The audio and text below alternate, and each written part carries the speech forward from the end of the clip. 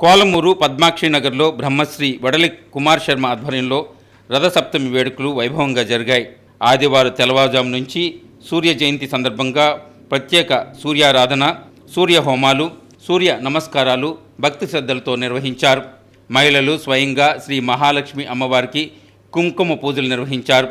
బ్రహ్మశ్రీ వడలి కుమార్ శర్మ మాట్లాడారు. సర్వశుభాలు సౌభాగ్యం కలగాలని అమ్మవారికి ఈ కుంకుమార్చనలు నిర్వహిస్తున్నట్లు వెల్లడించారు. ప్రతిరోజు ఉదయం నుంచి స్ఫటికలింగానికి ప్రత్యేక అభిషేకాలు కూడా జరుగుతున్నాయని, భక్తులు దర్శించుకొని తరించాలని కోరారు. అనంతరం భక్తులకు సూర్యతీర్థం ప్రసాదంగా అందజేశారు.